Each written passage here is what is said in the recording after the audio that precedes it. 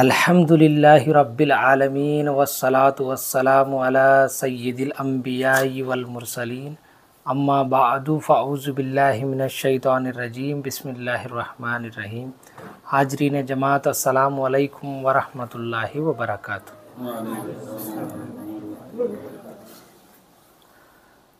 ఉపవాస సమయంలో eye drops అంటే కంటిలోనికి మందు మరియు అదేవిధంగా ఇయర్ డ్రాప్స్ అనేటివి వేసుకోవచ్చు. బాగా గుర్తుపెట్టుకోండి, కళ్ళ నుంచి మనకు ఈ కొలికి ఉంటుంది కదా, ఇక్కడ నుంచి అయితే మనకు కన్నీళ్ళు ప్రారంభమవుతాయో అక్కడ నుంచి ఈ ముక్కు భాగానికి ఇక్కడ లోపలికి ఒక లింక్ ఉంది, మరియు ఆ ముక్కు లోపలి భాగం నుంచి హలక్కి ఒక లింక్ ఉంది. కాబట్టి ఈ కాలం నాటి ఫుకహాలు ఏమంటారంటే కళ్ళల్లో ఐ డ్రాప్స్ వేసుకోవడం వల్ల ఉపవాసం వీగిపోతుంది అంటారు. అదే పాత తరం నాటి ఫుకహాలు అయితే వారికి దీనికి సంబంధించినటువంటి ఈ సైన్స్ యొక్క సమాచారం తెలియక ఐ డ్రాప్స్ వేసుకుంటే ఉపవాసం వీగిపోదు అనేవాళ్ళు.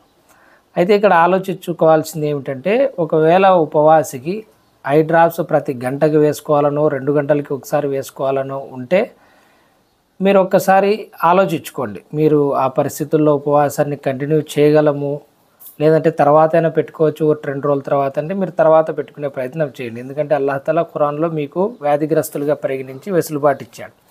అలా కాకుండా 2 పూటలు మాత్రమే డ్రాప్స్ వేసుకునేవి ఉన్నాయంటే సెహరీ టైంలో వేసుకోండి, తర్వాత ఇఫ్తార్ టైంలో వేసుకునేటువంటి ప్రయత్నం చేయండి. అదేవిధంగా లేదు మాకు కష్టమైపోతుంది కానీ మేము ఉపవాసం పాటించదలుచుకున్నామంటే ఆ 1-2 డ్రాప్స్కి మరి హలక్లోకి వెళ్తుందనేటువంటిది అయితే కొంచెం కష్టమే. కానీ డ్రాప్స్ వేసుకున్న వాళ్ళని కనుక అడిగితే వాళ్ళు ఏమంటున్నారంటే హలక్లో దాని యొక్క టేస్ట్, దాని యొక్క ఘాటు అనేది మాకు మెహసూస్ అయింది, మేము దాన్ని ఆ యొక్క ఘాటుని మేము స్పందించాము, వాటి యొక్క రుచి తెలిసింది అని చెప్పేసి కొంతమంది చెప్పడం జరిగింది. కాబట్టి మీరు జాగ్రత్త వహించడమే మంచిది. ఒకవేళ ఉండి ఎవరైనా వేసుకోవాల్సి వచ్చింది ఉపవాసంలో ఉన్నప్పుడు అంటే కొద్దిగా లైట్గా 1-2 డ్రాప్స్ వేసుకోండి. దాని తర్వాత ఫిదియా కూడా చెల్లించే ప్రయత్నం చేయండి ముందు జాగ్రత్త కోసం. వీలైతే కజా కూడా తర్వాత ఒకటి పాటించుకుంటే మంచిది.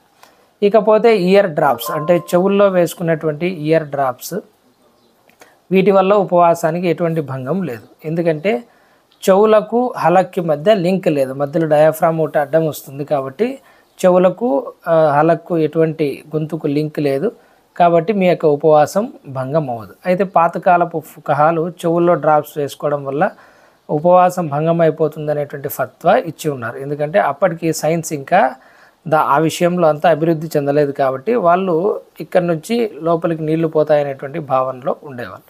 ఈ విషయాలు మీరు గుర్తుపెట్టుకోండి. ఐ డ్రాప్స్ నుంచి మీరు ఎంత జాగ్రత్త పడితే అంత మంచిది. ఇయర్ డ్రాప్స్లో ఎటువంటి దోషం లేదు. మరొక ప్రశ్న, ఆహారం నోట్లో ఇరుక్కుంటే అంటే ఒకవేళ మటన్, చికెన్ ఇట్లాంటివి ఏదన్నా తింటే కొంతమందికి పళ్ళల్లో ఆహారం ఇరుక్కుంటుంది. ఉపవాస స్థితిలో అట్లాంటిది కనుక సెహరీ టైం తర్వాత బయటపడితే దాన్ని ఏం చేయాలి అని చెప్పేసి చూడండి. లోపల ఇరుక్కున్నటువంటి ఆహారం ఏదైనా సరే ఒక శనగ గింజంతమైన ఆ పరిమాణంలో లేదా 1 గ్రాము బరువు ఏదైనా ఉండి ఒకవేళ మీరు మింగినా మీ యొక్క ఉపవాసం అయితే ఫికా హనఫీ ప్రకారం రద్దు కాదు. అయితే మీరు దాన్ని తీసుకునేటువంటి ప్రయత్నం చేసి అది చేయితో నోట్లో పెట్టుకొని తీసుకున్నా మరే రకంగా తీసి ఆ యొక్క ఆహారాన్ని బయట పారేస్తే అందులో ఎటువంటి దోషం లేదు. ఇదే ఉత్తమమైనటువంటి పద్ధతి. లేదంటే కుల్లీ చేయండి, నీళ్లు పోసుకొని అదేమన్నా బయటకు వచ్చే ప్రయత్నం ఉంటే ఆ విధంగా అయినా మీరు చేసుకోవచ్చు. మరొక ప్రశ్న, మౌత్ ఫ్రెషనర్స్, మింట్ ఇట్లాంటివి ఏదైనా సరే ఉపవాస స్థితిలో వాడవచ్చా నోరు ఫ్రెష్గా ఉండడానికి? చూడండి, ఇట్లాంటివి ఏవి వాడకూడదు. ఎందుకంటే వీటితో టేస్ట్ తెలుస్తుంది. మనకు ప్రవక్త సల్లల్లాహు అలైహి వసల్లం గారు పర్మిషన్ ఇచ్చింది ఒక్కటి, అదేమిటంటే మిస్వాక్ చేయడం. ప్రవక్త సల్లల్లాహు అలైహి వసల్లం గారు స్వయంగా ఉపవాస స్థితిలో మిస్వాక్ చేసేవాళ్ళు. కాబట్టి మీరు మౌత్ ఫ్రెషనర్స్ ఇవన్నీ వాడడం కంటే సున్నత్ అయినటువంటి మిస్వాక్ చేసే ప్రయత్నం చేయండి. లేదా పేస్ట్ లేకోకుండా బ్రష్ చేసుకునేటువంటి ప్రయత్నం చేయండి. అయినా మీరు గుర్తుపెట్టుకోవాల్సింది ఏమిటంటే ఉపవాసి నోటి నుండి వచ్చేటువంటి వాసన ఏదైతే ఉందో అది అల్లాహ్ దృష్టిలో కస్తూరి సువాసన కంటే అత్యుత్తమమైనది. కాబట్టి మీరు ఆ వాసనకి ఏం చింతించాల్సినటువంటి అవసరం లేదు. మరొక ప్రశ్న ఏమిటంటే, ప్రయాణంలో ఇఫ్తార్ చేయాల్సి వచ్చినప్పుడు బస్సులో కానీ ట్రైన్లో కానీ ఎక్కడైనా ఉంటే వజూ మనకు ఉండాలా అనేటువంటిది ప్రశ్న. ఇంతకుముందే చెప్పినట్టు మీకు తహారత్కు, సెహరీకి కానీ ఇఫ్తార్కు కానీ ఉపవాసానికి కానీ ఎటువంటి సంబంధము లేదు. కాబట్టి మీరు లక్షణంగా మీరు బస్సులో కూర్చొనో లేదంటే ట్రైన్లో కూర్చొనో ఆ సమయం ఏదైతే ఇఫ్తార్ సమయం అయిపోతుందో ఆ ప్రాంతానికి ఏదైతే సమయం ఉందో ఆ సమయానికి తగ్గట్టుగా లేదంటే సూర్యుడు అస్తమించిన తర్వాత మీరు మీ దగ్గర ఉన్నటువంటి వస్తువుల్లో ఏదైనా తీసుకున్నా కూడా సరిపోతుంది. ఒకవేళ ఏది తీసుకోకపోయినా కూడా బాగా గుర్తుపెట్టుకోండి, ఉపవాసం అనేది ఇలల్లైల్ అంటే రాత్రి ప్రారంభమయ్యేంత వరకు మాత్రమే ఉంది. దాని తర్వాత మీరు ఏదైతే ఉపవాసం అట్లే ఉన్నారో తినకోకుండా మీ ఉపవాసం అప్పటికే భంగం అయిపోయింది. మీ ఉపవాసం అప్పటికే కంప్లీట్ అయిపోయింది. భంగం అయిపోయిందని చెప్పకూడదు, కంప్లీట్ అయిపోయింది, ముకమ్మల్ పూర్తి అయిపోయింది. కాబట్టి మీరు దాని తర్వాత ఎప్పుడు ఇఫ్తార్ చేసినా కూడా ఇబ్బంది ఏం లేదు. మీరు మధ్యలో ఏదైనా చిన్నగా ఒకటి రెండు తాగినా దాంట్లో తప్పేం లేదు. కాబట్టి మీరు గుర్తుపెట్టుకోవాల్సింది ఏమంటే, ఎప్పుడైతే ఇఫ్తార్ సమయం ప్రారంభమవుతుందో మీ ఉపవాసం అక్కడికి పూర్తి అయిపోయింది. పూర్తి అయిపోయిందంటే దాని అర్థం ఏమి? దాని తర్వాత మీరు ఉపవాసంలో లేరు. ఉపవాసంలో లేనప్పుడు మీరు తినచ్చు, తాగొచ్చు, ఏమైనా చేయొచ్చు. అది ఎక్కడున్నా సంబంధం లేదు. ట్రైన్లో ఉన్నా, బస్సులో ఉన్నా, ఎక్కడున్నా సరే సంబంధం లేదు. మీ ఉపవాసం కంప్లీట్ అయిపోయింది. మరొక ప్రశ్న ఏమిటంటే, ఎవరైనా ఉపవాస స్థితిలో చనిపోతే వారి యొక్క ఉపవాసం పూర్తవుతుందా అని. ఇది ఒక మంచి ప్రశ్న. మీరు గుర్తుపెట్టుకోవాల్సింది ఏమిటంటే, ప్రియ ప్రవక్త సల్లల్లాహు అలైహి వసల్లం గారు పలికారు, ఎవరైనా ఉపవాసం పాటించి అల్లాహతాలా యొక్క ప్రసన్నత కోసం మరియు అదే స్థితిలో గనక మరణిస్తే అల్లాహతాలా అతనికి స్వర్గం ప్రసాదిస్తాడు అని ఒక హదీస్ ఉంది. కాబట్టి ఇక్కడ ఉపవాసానికి సంబంధించి ఇంకొక విషయం ఏమిటంటే, ఎవరి మీదైతే రంజాన్ ఉపవాసాలు ఫరజ్ అయ్యాయో వారు గనక రంజాన్ మధ్యలో చనిపోతే అటువంటి వారి యొక్క ఉపవాసాలు మిగిలిపోయినవి ఏవైనా ఉంటే ప్రవక్త సల్లల్లాహు అలైహి వసల్లం గారు వారి యొక్క కుమారులకు కానీ, కుమార్తెలకు కానీ, చెల్లెళ్ళకు కానీ, సోదరులకు కానీ వీరు ఆ ఉపవాసాలని పాటించవలసిందిగా ప్రవక్త సల్లల్లాహు అలైహి వసల్లం గారు తెలపడం జరిగింది. కొంతమంది ప్రశ్నించినప్పుడు తప్పకుండా పాటించండి అని చెప్పేసి చెప్పడం జరిగింది. కాబట్టి ఎవరైనా సరే చనిపోయిన వాళ్ళ తరఫు నుంచి ఎవరైతే రంజాన్లో చనిపోయారో వాళ్ళు గనక ఉపవాసాలు పాటించే అలవాటు గనక వాళ్ళకు ఉంటే ఆ తల్లిదండ్రులకు ఉపవాసాలు పాటిస్తూ చనిపోతే మీరు రంజాన్ తర్వాత వారి యొక్క కజా చెల్లించేటువంటి ప్రయత్నం చేయండి, లేదా ఫిదియా అయినా ఏదైనా వారి కోసం చెల్లించే ప్రయత్నం చేయండి.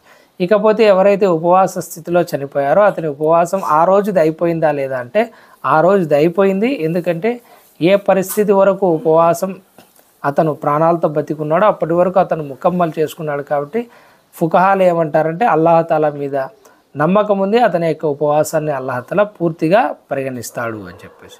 వల్లాహు ఆలం బిస్సవాబ్. అదేవిధంగా చెడు వాసనలు ఇట్లాంటివి ఏవైనా మనకు డ్రైనేజీల దగ్గర కానీ అట్లాంటి దగ్గర కానీ విపరీతమైనటువంటి వాసనలు ఇట్లాంటివి ఏదన్నా పీలిస్తే ఆ వాసనల వల్ల ఏమైనా ఉపవాసం వీగిపోతుందా అని. ఇట్లాంటి చెడు వాసనల వల్ల అయితే ఉపవాసం వీగిపోదు. కానీ కొన్ని చోట్ల అసిటిక్ నేచర్ ఉన్నటువంటి అంటే కొంచెం ఆవిరితో నీటి తేమతో కూడుకున్నటువంటివి ఏదన్నా వాసనలు లేదంటే స్ప్రేలు ఇట్లాంటివి ఏదన్నా ముక్కులో నుంచి పోయి అవి హలక్ వరకు పోతే కనుక మీ యొక్క ఉపవాసం వీగిపోవచ్చు. అంతే తప్ప కేవలం వాసనలతో మీ యొక్క ఉపవాసం అనేది వీగిపోదు. ఈ విషయం గుర్తుపెట్టుకోండి. అది బిర్యానీ వాసనైనా మరే వాసనైనా సరే, మంచి వాసనైనా చెడు వాసనైనా దాంతో మీకు ఉపవాసం అనేది భంగం కలగదు.